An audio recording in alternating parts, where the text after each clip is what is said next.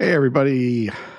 Welcome to another edition of Real Thoughts with Bob Benham. I am your host, Bob Benham.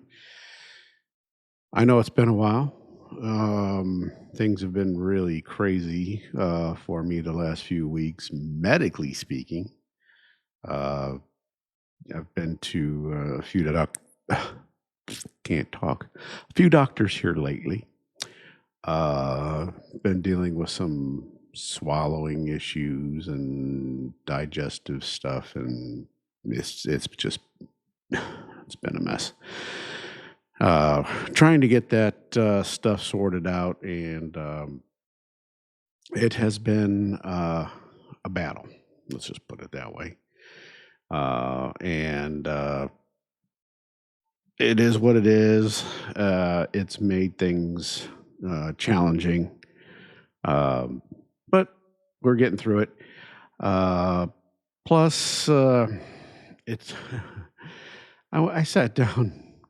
Well, about 3 or 4 days ago, I sat down and went and recorded an episode, and the weirdest thing uh, happened, and I it's hard to explain.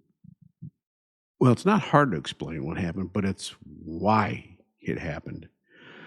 Um, I thought, well, I'm going to sit down. I'm going to do a episode about faith and explain like where I'm coming from on my faith, and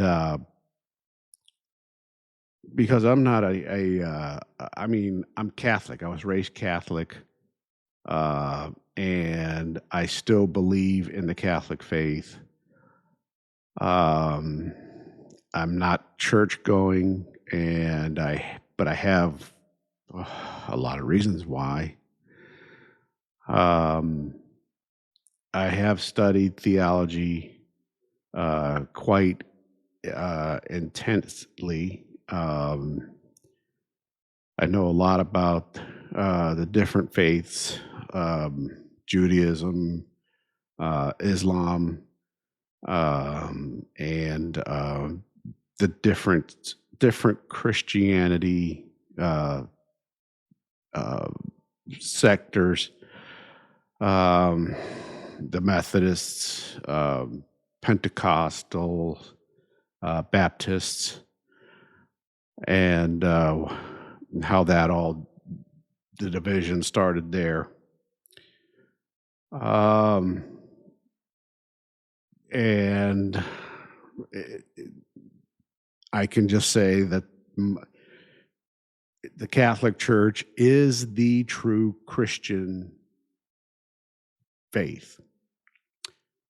That's where Christianity came from, was the Catholic Church. Um, that's what it was all based off of. That's what Jesus started. Um, and then it the division started from there. Um, and that's what history has stated. That's where it's all based off of, all that stuff. So anyway, but that's just my whole take on all that stuff. Anyway, my reason for uh, not going to church stems back to when I was in the seminary. I attended the seminary for a year, and I was told that I was a radical because there were things I felt and believed that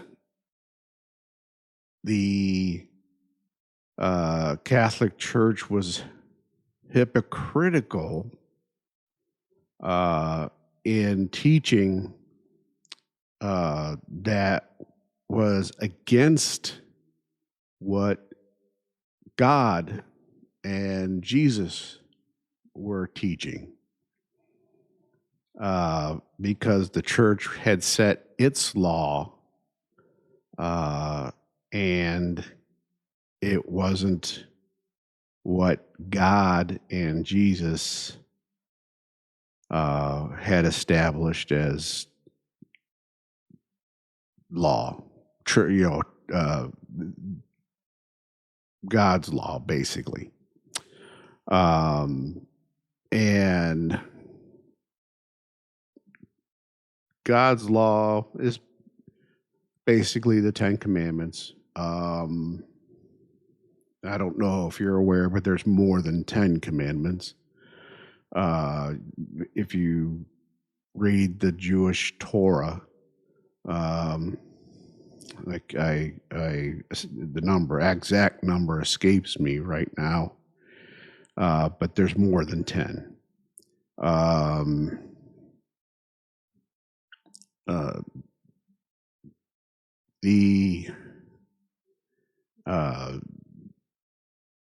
But that's what the Christian faith boils down to 10.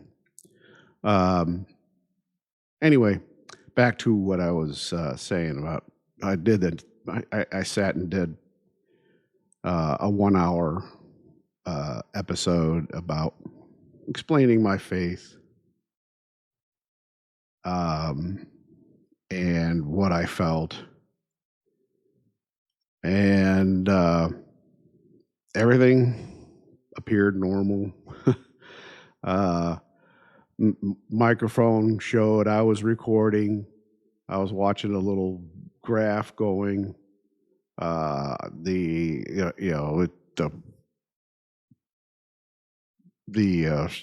Everything showed recording fine, no problems. And when I went to import the recording to the editor, I imported it. Everything appeared to be fine. And when I put it into the line to do the actual editing, there was no sound. The graph for the sound, there was none. It was gone. Like it wasn't even there. I'm like, well, where the heck did that go? And it was just not there. And I was like, this is really weird. It showed that it was recording and everything, but it did not import over into the editor and the video editor. And I was just like, okay. So I deleted the one I imported, and I went back to the recorder and tried it again, and wasn't there. So I said, well, I guess for some reason the good Lord doesn't want my opinion and my feelings to be put out there at this time for whatever reason. And I'm not going to argue with it. So I just ended up deleting it and said, well, I guess I'll record another episode another day. So here we are.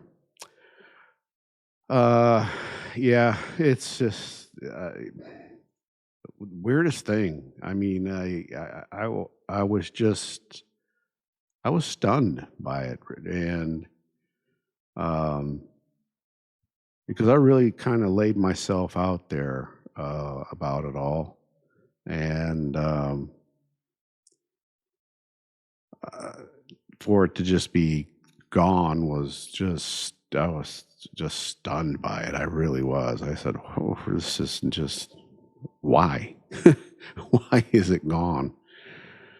So, it is what it is. So, yeah, um, I don't know.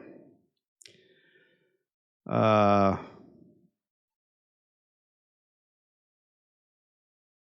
Back to whatever. It's just, it's been a challenging uh, couple of weeks for me with my health as usual. Um, it's been tough. It's every day. Um, I don't know. When I get up in the morning, um, I'm sure I know there's people out there that have fibromyalgia, um, arthritis, um, and all that stuff, and have to deal with it on a daily basis, like I do. Um, and to deal with the pain that's associated with all that.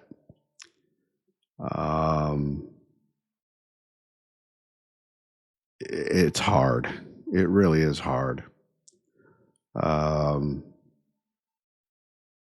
and then when you have, um, when your spine's a mess and you have the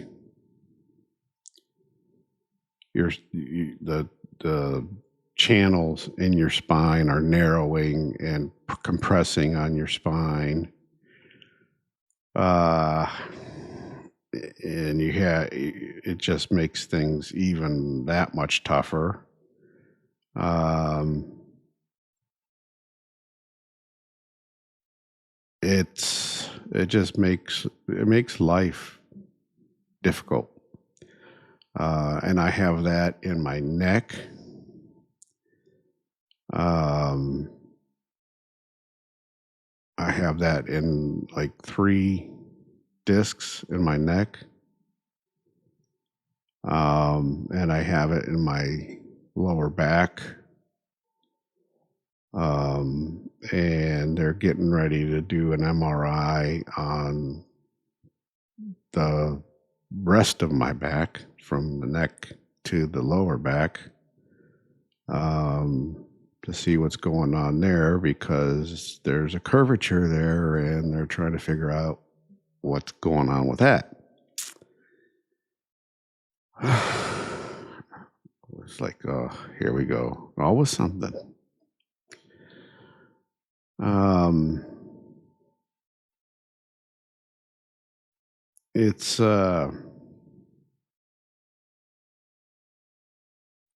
it's interesting to find out what all is going on. Uh, but it's also uh, gut wrenching, um, especially when um, you go to the doctor's office.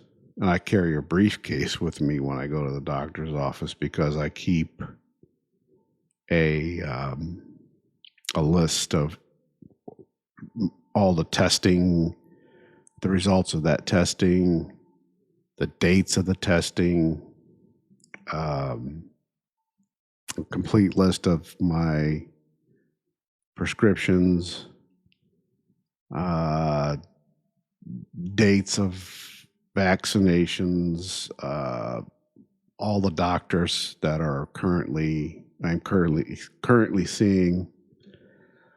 Oh God, it's what else do I keep on that list? Um, oh, it's pretty much a comprehensive list. Dates of any hospitalizations, any surgeries, anything like that. It's all on there.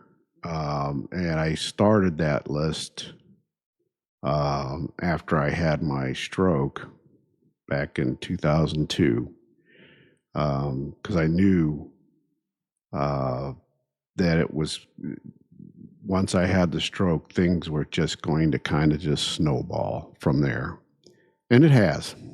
It has. Um, that list is now 20 pages long, and I type it up, and it's not large print; it's small print. Um, and I've let's see, I've had 15 surgeries already. Um, and with all the different procedures, testing, neurological issues, oh gosh, just all the different things I've got going on, heart issues, oh, you name it, I got it pretty much. Um, it's been a wild ride, to say the least. Um, but we're fighting through it. That's all I can do. Uh, everybody, I hear people all the time saying, "Oh, I just go day by day." Well, me, I'd go minute by minute. If I make it through this minute, I'm doing good, and I try to make it through the next minute. And if I make it through that one, even better. So that's the only thing, the only way I can say I try, because that's the kind of fight that I'm in. Um, it is a battle to just keep pushing through um, all that stuff, and so that's what my day is, and um, when I retired from the police department in 2003, um, I thought, oh, yeah, I'm going to try to go out and find another job or something like that. And my disability said, no, you're not. It ain't going to work. Because I can't stand for a long period of time. I can't walk very far. Because my right leg, even after all the rehab I'd been through, that right leg just decides that, hey, we stand so long and walk so far, and I've got a mind of my own, and I'm going to just do what I want. And it's funny because last week, um, on the Wednesday before Thanksgiving, uh, my brother and my nephew and I made a trip to Detroit to watch a Red Wings game, and we just walking basically from the parking garage to the arena, and I started swaying and kind of walking funny, and I said, "Oh, here I go. I'm starting to walk like a drunk man." And my nephew says, "Damn," he says, "I've never seen somebody walk as bad." I said, "Yeah." I said, "That's just how it is. That's how it is for me." I said, "I can walk so far fine, and then the rest of the time, I look like I'm drunk." I said, "Because once my leg starts doing what it wants to do, and I lose control of it and balance and stuff, forget it. I'm done. That's just how it is." And That's and once my brother and my nephew saw that, they were shocked. They were shocked to see it. Um, so it's makes for fun though. Kind of funny when you see it because it's all of a sudden it comes out of nowhere, and you're like, "What the hell's going on?" But it's one of those things that it's funny and sad at the same time. But I just, like I said, I deal with it. I know it's coming, and it's like, what are you gonna do? I mean, there's nothing you can do. Uh, like, could I walk with a cane or something like that? I probably could, and but would it really help? I don't know. I really don't know if it would. Um, I just rather walk without one and do the best I can and see if I can heal or try to get more control by walking without one. Um, so that's just me. I'm stubborn, and it's my way of fighting back. And that's just how I am. So yeah, but anyway, we made that trip to Detroit, and unfortunately, they lost. They played the Predators, and they got their butts whipped 6-3.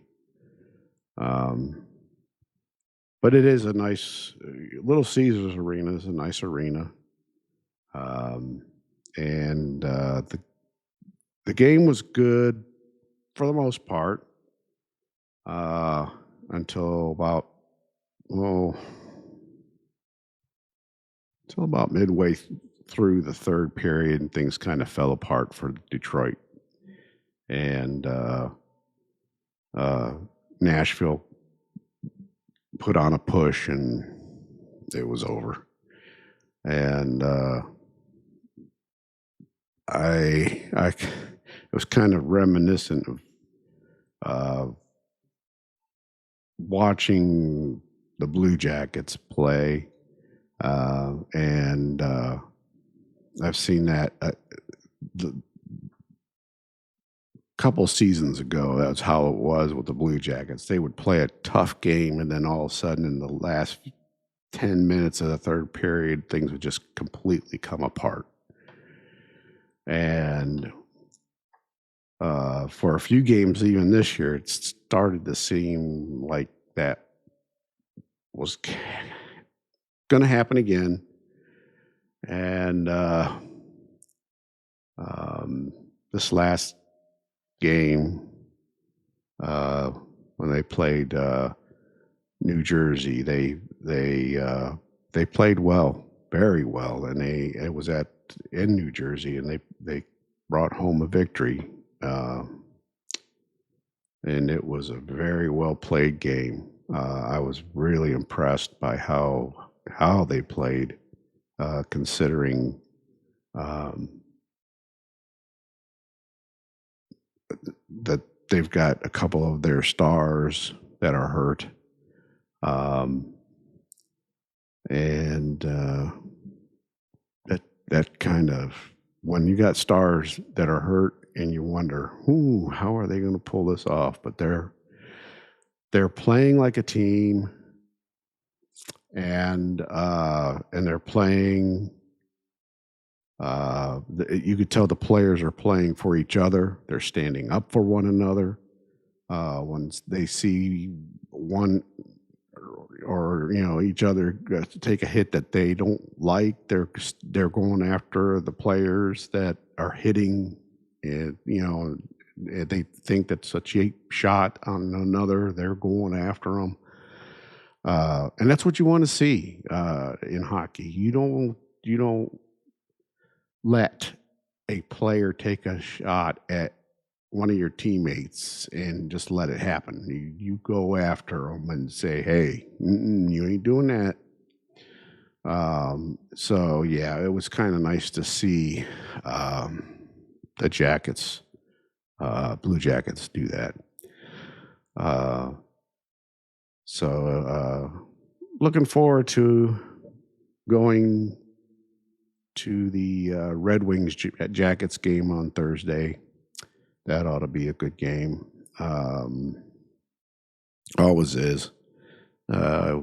Get the Nationwide Arena and half the crowds for the Blue Jackets, half the crowds for the Red Wings.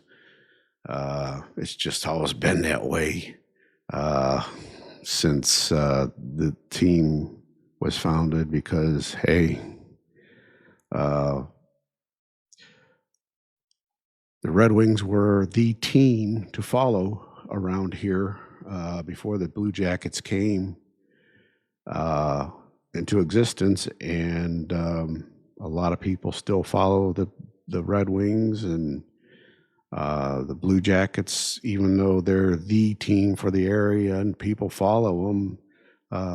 There's still a lot of people that hold loyalty to the Red Wings, even though the Blue Jackets are here. And, so when the Red Wings come to town, they show their loyalty to the Red Wings, even though they're Blue Jackets fans. My brother's one of them. I still have loyalty to the Red Wings, but when it comes to the Blue Jackets and Red Wings, Blue Jackets are my team. Yes, I still love the Red Wings, but once the Blue Jackets came into existence, I adopted them as my team, and they're my team. That's just how it is for me. Right now, I've actually got to say this whole NASCAR lawsuit going on. I'm shocked that the trial started on time.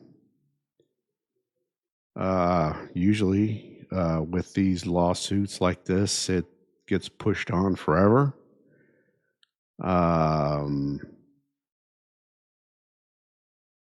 It's the stuff that's come out prior to the trial starting,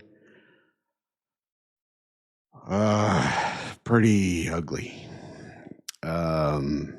especially what the powers that be at NASCAR were texting and emailing one another about the team owners.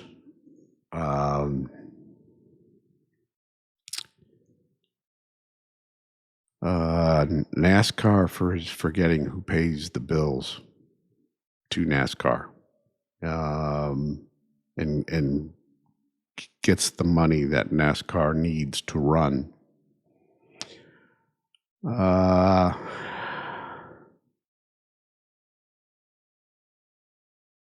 am highly disappointed in NASCAR.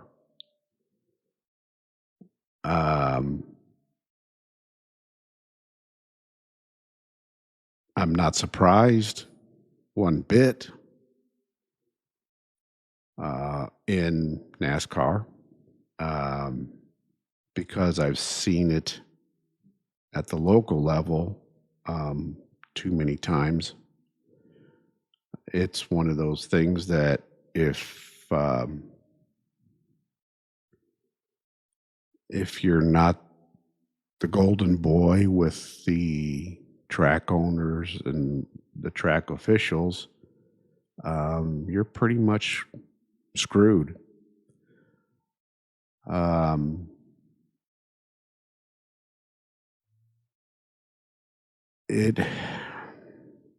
It's sad that you have to play politics in the sports. It shouldn't be that way. It should be fair and honest. It's not.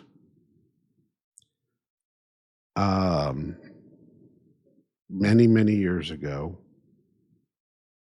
when I was I was so into NASCAR. I mean,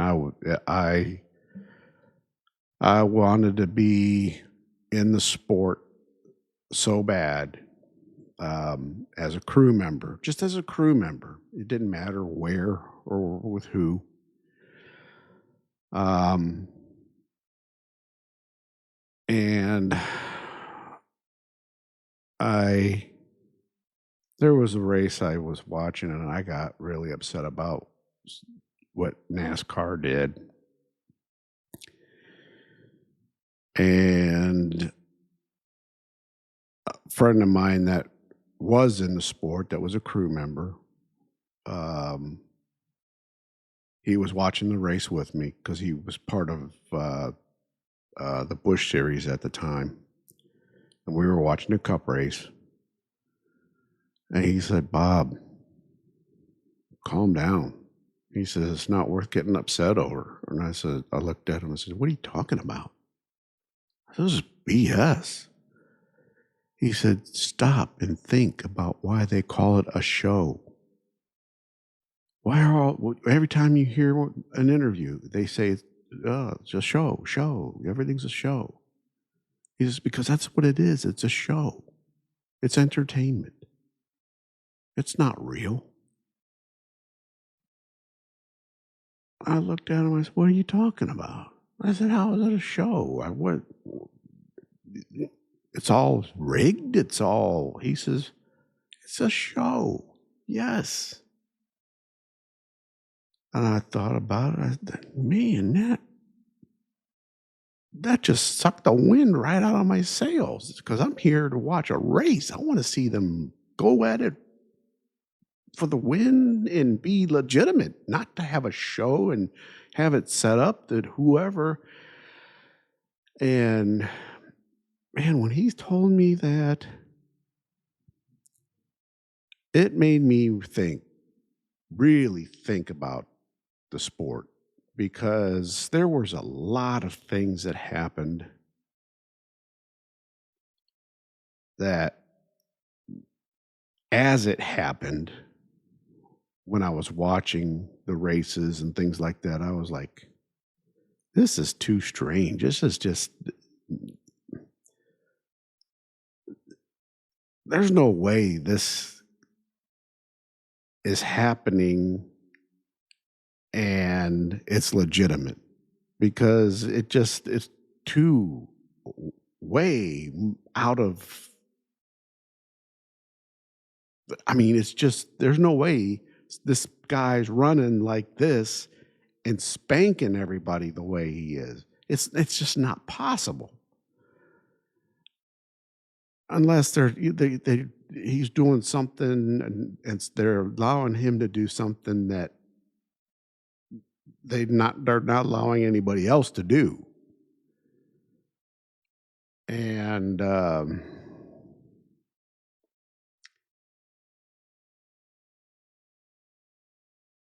there was later on, there were things that came out, and it was exactly that. And I was like, wow, yeah, it's a show. That's all it is.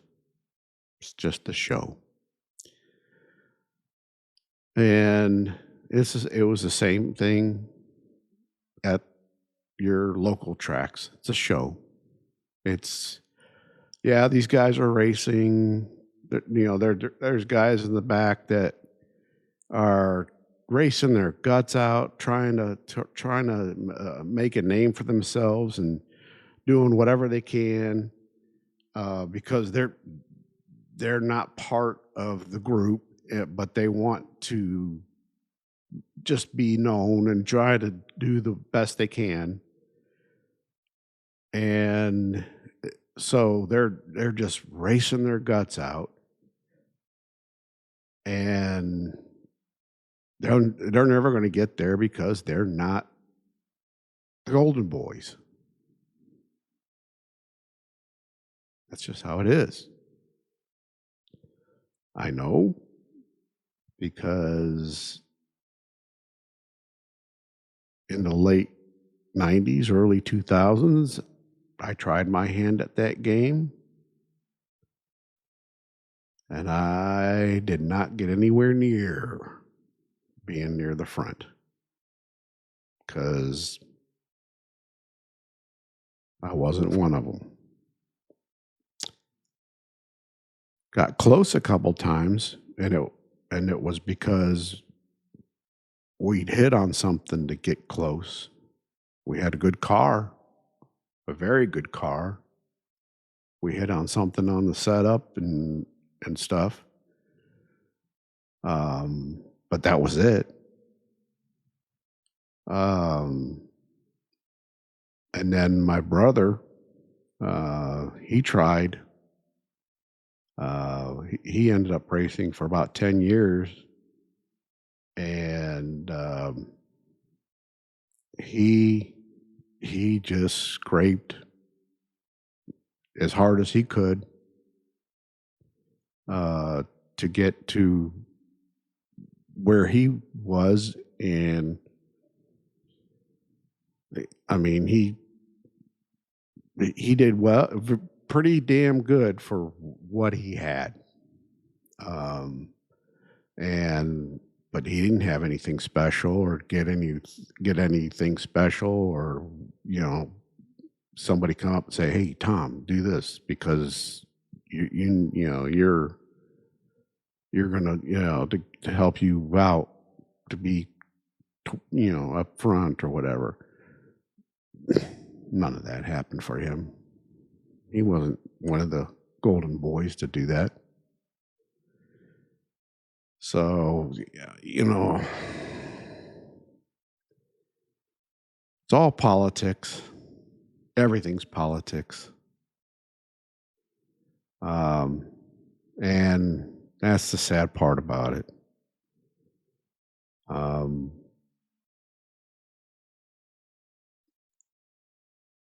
with this NASCAR lawsuit, it is.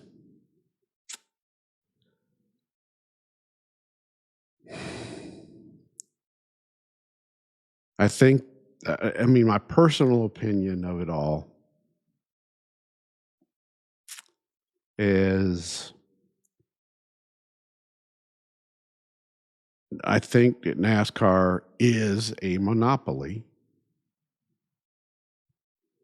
because they don't allow you to run a competitive series.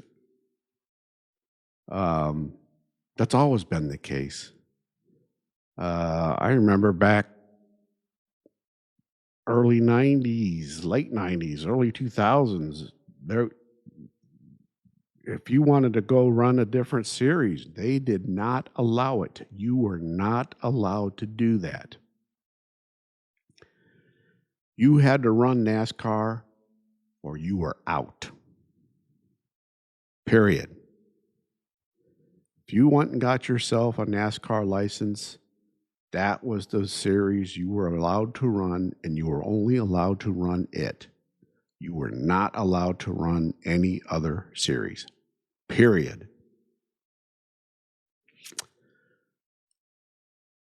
So, how can they say they're not a monopoly? Um, and they're the only, I mean, as far as being able to get to a certain point in your career where you're a big player and you're in the highest level of the sport, it's NASCAR. That's it. There is no other series that is at the level of NASCAR. There is no other level.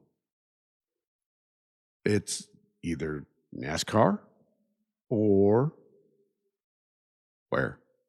No one. There's no one. Not in stock cars. There's nothing. So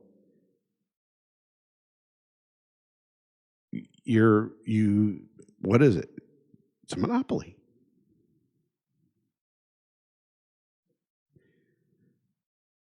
And NASCAR's made so many mistakes over the last especially the last 20, oh,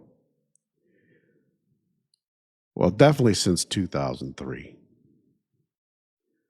When they, when Winston left because of the whole tobacco crap, um, and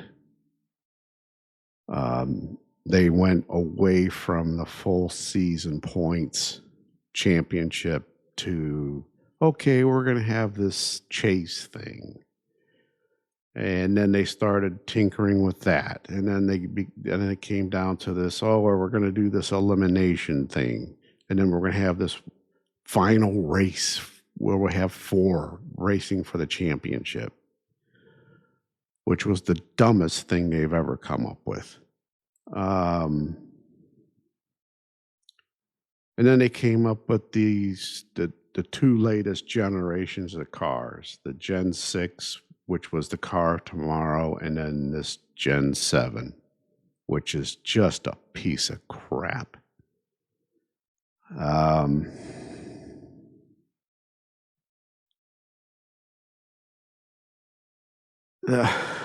The racing is just horrible. It's horrible. These guys just knock the living crap out of one another, and there's no consequence for it. Especially with this Gen 7 car, because there's no, it's all whatever type bodies they're running, carbon fiber or whatever the hell it is, plastic pieces, whatever it is, I don't know. It doesn't hurt them. It doesn't, I mean, the bodies don't get hurt. It doesn't get knocked in onto the tire to the point where it's going to cut it down and, cause a flat to the point where you're done. You can get knocked, cause a tire to go flat and you're going into the wall.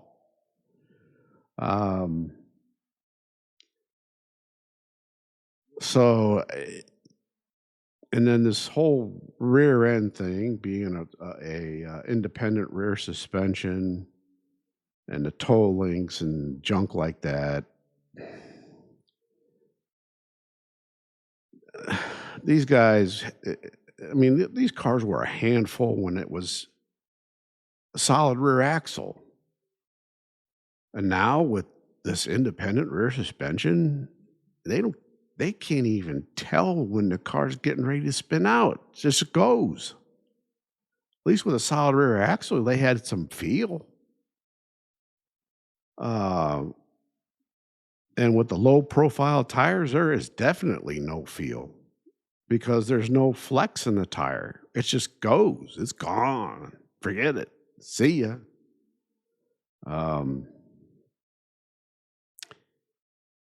They just, I don't know.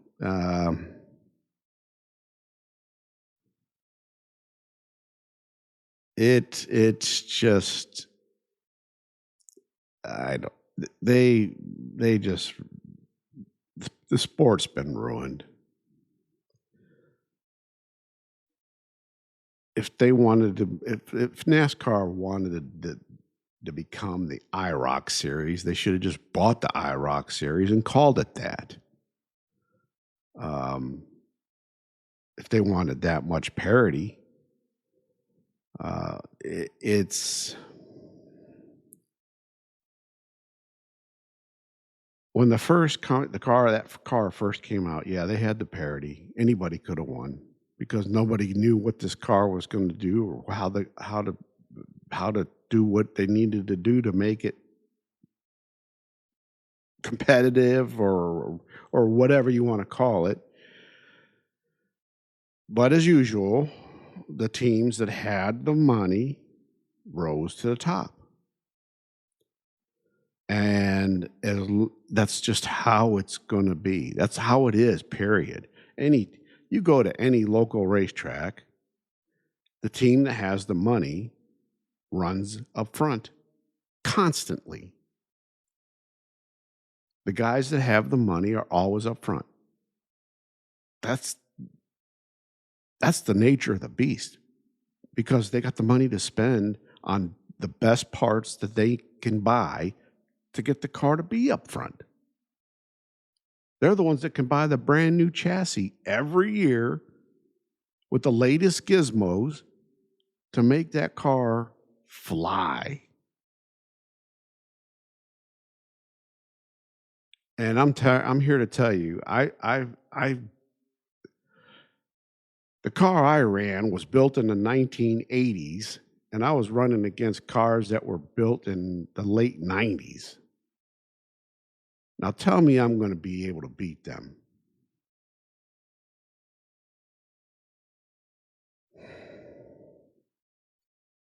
Could I run halfway competitive, be competitive?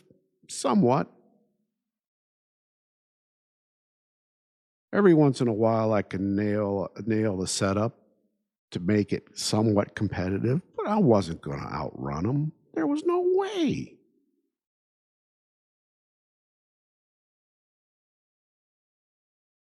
Those cars were oh, the way they were built. Oh my God. And the car I was running, the way it was built and then crashed and rebuilt and crashed and rebuilt and crashed and rebuilt again. Who knows how many times it was crashed and rebuilt? I'm trying to keep up with these guys. Come on.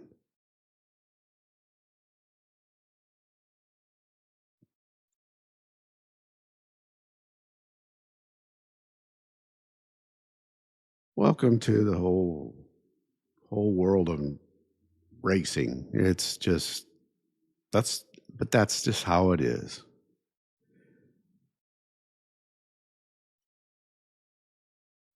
Well, now it's going to be interesting how this whole lawsuit turns out, because if it's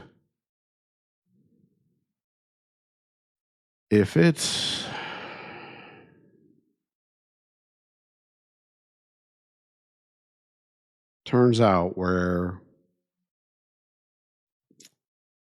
the teams end up winning, it's going to set NASCAR on its nose, because this whole charter deal, I mean, it's gonna really it's gonna turn this sport upside down. And in my opinion, that's fine.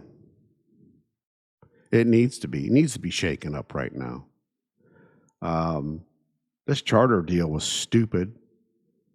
There's no I have no problem with these teams operating as independent businesses, and you come to the racetrack, you pay your entry fee, and you do what you got to do to qualify your car to get into the race. And if you didn't run that fast enough to get in the race, you went home. Period. That's how it works. And if you ran good and you ran well in the race, you got decent purse money, and you came back the next week and tried it again. How simple does it need to be? That's all. That's how it works. And NASCAR used to put out what the purse money was. The tracks used to put out the purse money. You knew what it was going to be. Now they don't even tell you. I was surprised to see what it was in the court documents that were released. The purse money's not very good, considering what year we're in and what the purse money was back in the day, it's not very good compared to then. It has not gone up. In fact, it's probably, I don't think the teams are even coming close to breaking even.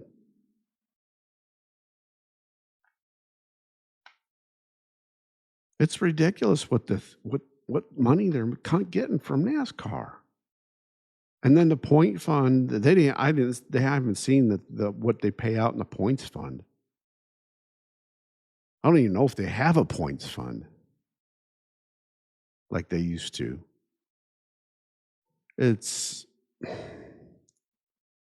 I don't know. It just doesn't seem it something's not right about any of that. And I'm surprised that the teams are signing off on this junk. I really am. I don't see where the advantages are to any of it.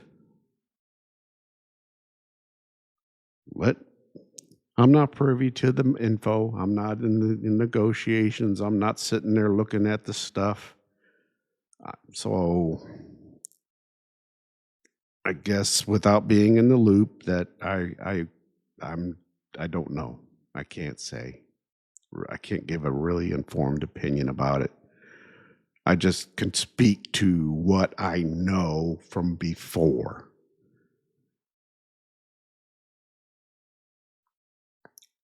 But I can tell you what I do know, and that's about the championship. And I do know that they need to go back to running the full season for the champion. All 36 races counting toward the championship. Because you have a storyline for every race. You know who's running for the championship. You know how the points are going. You know if somebody loses points for this race, for that race, that it could be affecting them for the championship. You know, everybody's calculating points every week to see where everybody is. And they're trying to figure it all out. Where am I at this week? Where am I? What happened? Man, I blew an engine. Where am I going to end up? Now how many points do I got to make up? That's when it's real. That's when it's real. And do they have to go back to the whole 180 points if you win thing, or 175 if you win, and the 5 for a leading by a lap and 5 for the most laps? No, but there's formulas there that they can figure out and do. I mean, could they make it like, you get a 5-point bonus for winning, or 10-point bonus for winning, because they want to put the emphasis on winning? Sure, that would be good. Yeah. Do they put 5 extra points for leading a lap? 5 for the most? Sure. That would be good too. Could they still have stages where, at this point in the race, this number of laps, you get, the 10 to 1, the top 10 get points? Sure. But don't throw the yellow. Keep it running. There should never be a caution flag for the stages. No. Leave it green.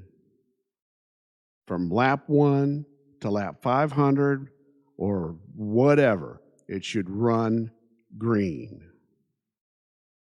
The only cautions should be for crashes or whatever, but not for stages.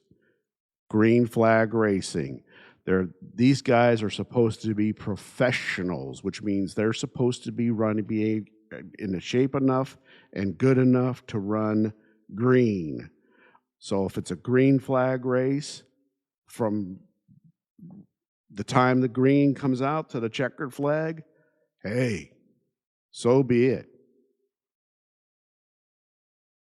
This is ridiculous with this brake stuff.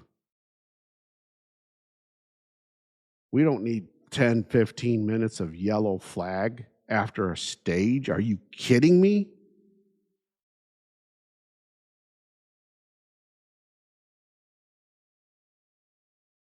Ridiculous. Run them green. Green flag racing. And no more overtime. No more overtime. If it ends under yellow, it ends under yellow.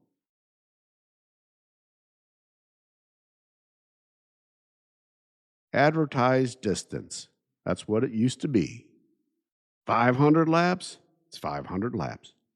That's it.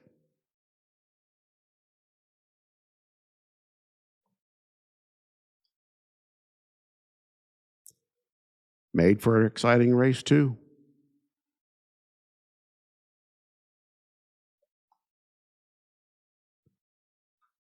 That's how you got to do it. It's got to go back to that stuff. And going back to it is not bad. You learn from your mistakes and you say, okay, well, that really didn't work out very well. We need to go back to what worked. And that's what worked. That's what was bringing the people to the racetrack. That's what was bringing 160,000 people to the racetrack. Now you're lucky if you get 60,000. Where are your heads at?